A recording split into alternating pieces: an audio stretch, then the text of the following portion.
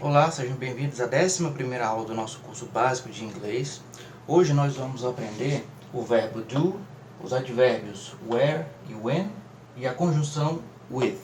Todas essas palavras elas são muito utilizadas na linguagem do dia a dia no inglês. Então, como a utilização dela é bem recorrente, a gente vai treiná-las para a gente ter mais facilidade na compreensão desse inglês mais coloquial, né? Mais do dia a dia que a gente vê nas séries, nos filmes, né? Vamos começar pelo verbo do, que é fazer, né? Em português é fazer. Mas ele é um fazer diferente do make. O make dá uma ideia de construir algo, algo externo à atividade do sujeito. Já o do está indicando uma ação quase que intransitiva, algo que o próprio sujeito executa. Ele não constrói, mas é como se ele cumprisse alguma coisa. I do my homework at night. Nós já vimos essa frase aqui na aula 8, né? Mas nós não tínhamos explicado a partícula do, né? O verbo do. Se você prestar atenção, olha, o verbo do aqui tá seguindo, ele não construiu o dever de casa. O dever de casa foi feito pelo professor. Ele construiu a atividade. O aluno é que executa essa atividade. É ele quem faz, é ele quem cumpre a atividade. Então a gente já vê que o do tem um sentido diferente do make, né? É um fazer também, como um make, mas não um construir, mas um executar alguma ação. I do my homework at night. Eu faço o meu dever de casa, ou minha tarefa de casa, à noite. O do também pode aparecer como um sentido de realçar um verbo. Do you drink coffee? A frase aqui, como nós sabemos, está na interrogativa. Por quê? Porque o verbo vem antes do pronome, não é isso? Então, do you drink coffee? Mas nessa frase, repare que nós temos o verbo drink, que é beber, e o verbo do, que é fazer. Neste caso, o do está relacionado ao verbo principal, que é beber. A ação principal é beber café, né? Então ele está perguntando se a pessoa bebe café. Você bebe café? Do you drink coffee? O do está realçando o verbo drink. Do you drink coffee? Nós traduzimos o quê? Você bebe café? Em português, a tradução do do nesse sentido ela não aparece, porque a gente não tem esse verbo que enfatiza ações. No português, as ações já são enfatizadas por si mesmo, mas no inglês o verbo do tem esse sentido de auxílio, de ênfase da ação que está sendo efetuada, né? Do you drink coffee? Você bebe café? No, I do not. Veja que eu respondi com a forma abreviada, né? Não, eu não bebo. Olha, veja que o verbo beber, drink, nem aparece.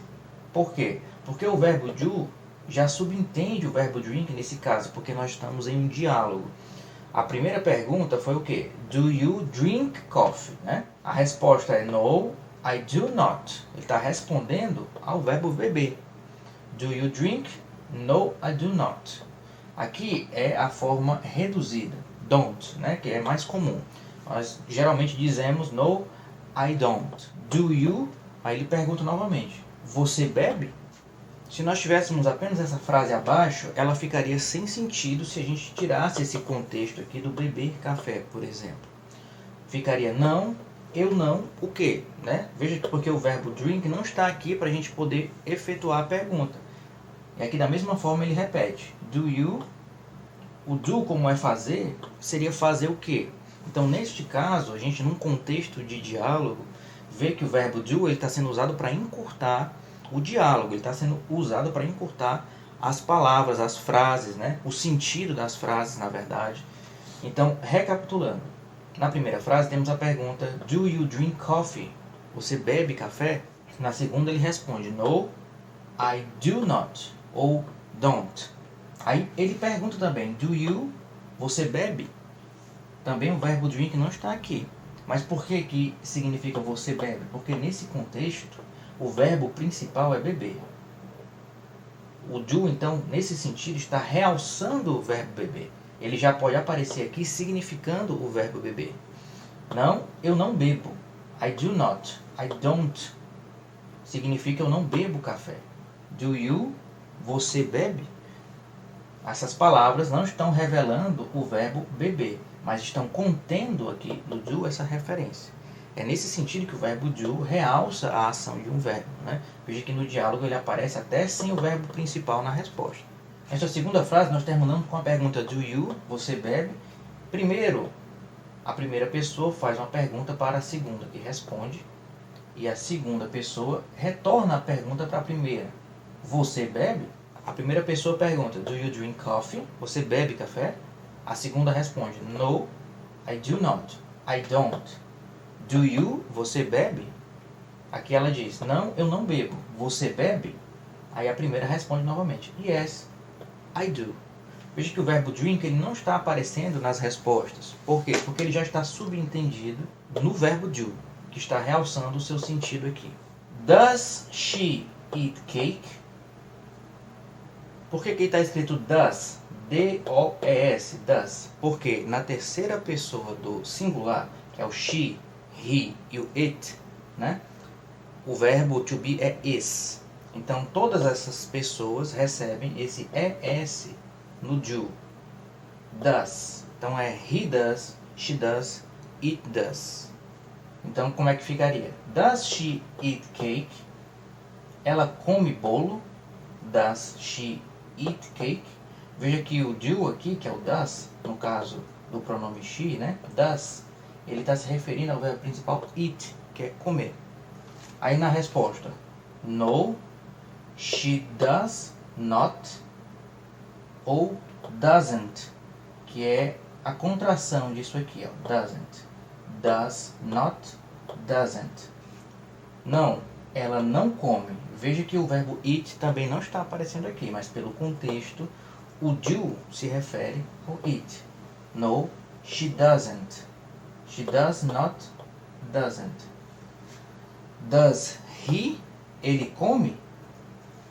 Yes, he does. Ele come. Sim, ele come.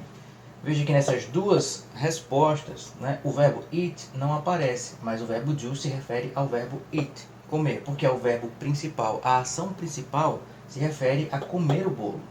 Vamos falar tudo em português para ficar mais claro. Ela come bolo? Não, ela não come. Ele come?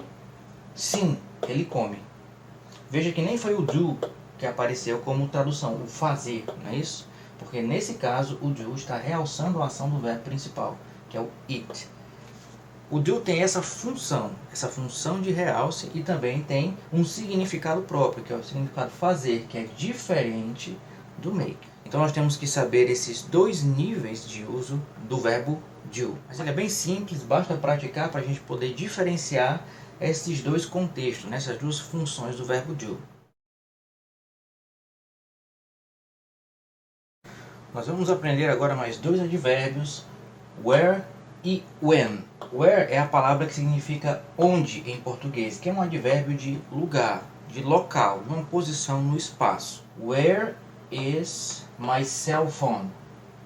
Onde está meu celular? Então veja que ele indica uma posição, um lugar, onde está o celular. Where are you? Onde você está? Onde está você? Não é isso? Nessas duas primeiras frases ele está no modo interrogativo.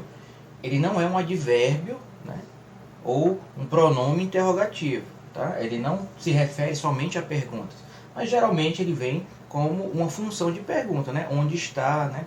Onde você vai, where you go. Stay where you are. Aqui ele já está numa frase afirmativa. Fique, stay é fique ou permaneça, né? Where, onde você está. Então veja, nas duas primeiras frases, ó, nós temos a forma interrogativa. Are you? O verbo vem antes do pronome. Is my? Verbo antes do pronome aqui possessivo, né? Mas aqui, stay where you are, você veja que ele está na forma direta. Ó. You are. O verbo vem depois do pronome. Então, permaneça onde você está. Fique onde você está. Seria mais usual no português. When já é uma palavra que se refere ao tempo. Olha, é o quando em português. Dá uma ideia de temporalidade. When is your birthday? Quando é o seu aniversário? Aqui também está na forma interrogativa, né? Mas lembrando, esses dois advérbios, eles não são interrogativos, né? Eles não têm só função interrogativa, é porque comumente eles podem vir em frases interrogativas, mas eles também são usados na forma direta, na forma afirmativa. When I was young, quando eu era, esse aqui é o verbo ser, was aqui é o passado do ser, né? Que é o to be, né? O to be é um verbo irregular, nós vamos ver isso aí um pouquinho mais na frente, mas aqui ele está na forma do passado, né? Está no tempo verbal passado. Quando eu era jovem. When I was young. Então é como se alguém estivesse começando a contar algum fato passado, né? Então veja que tanto na frase de baixo como na de cima, o advérbio está indicando uma temporalidade. Quando é o seu aniversário, quando eu era jovem. Aqui é quando uma ação ocorreu, quando fatos ocorreram, mas em cima ele está perguntando um momento específico do tempo, um momento estático, né? When is your birthday? Quando é o seu aniversário? When I was young, quando eu era jovem. Você veja que são contextos diferentes, mas o advérbio é o mesmo. Ele está dando uma indicação de um tempo, de um momento no tempo. Vamos para o nosso último assunto de hoje, que é a conjunção with. Ela é bem comum, né? Ela indica uma junção, por isso que o nome é conjunção, né? É o nosso com em português. I am with my father. Eu estou com meu pai. I am not with her. Eu não estou com ela. Então nessas duas frases, o with está dando uma ideia de uma aproximação, né? Uma proximidade de duas coisas, né? Próximas da outra. Está juntando duas coisas, é isso? Então, I am with my father, eu estou com meu pai, estou ao lado dele, estou próximo dele, estou fazendo algo junto com ele, né? I am not with her, não estou com ela, né? Não estou perto dela, não estou junto com ela, não estou fazendo nada com ela, né? Aí aqui nós vamos exemplificar uma diferença importante, para a gente não confundir o with, a conjunção com, né? Com o nosso and, que é o I, não é isso? Eu e ela, né? You and I, eu e você. Essas expressões são diferentes. Nós vamos agora explicar. É um detalhe, mas ela é importante de a gente entender. Vamos dar uma diferenciação do uso do with, né? Que ele indica uma proximidade, mas não uma mescla de duas coisas. Nós aqui no Brasil, nós falamos café com leite, né? O que é o café com leite? É quando você mistura as duas substâncias, ele se torna uma bebida, né? Que é o café com leite. Lá no inglês eles não falam coffee with milk, como nós falamos aqui em português, café com leite. Por quê? Porque esse with, ele dá uma ideia de duas coisas próximas, né? Juntas, mas não misturadas.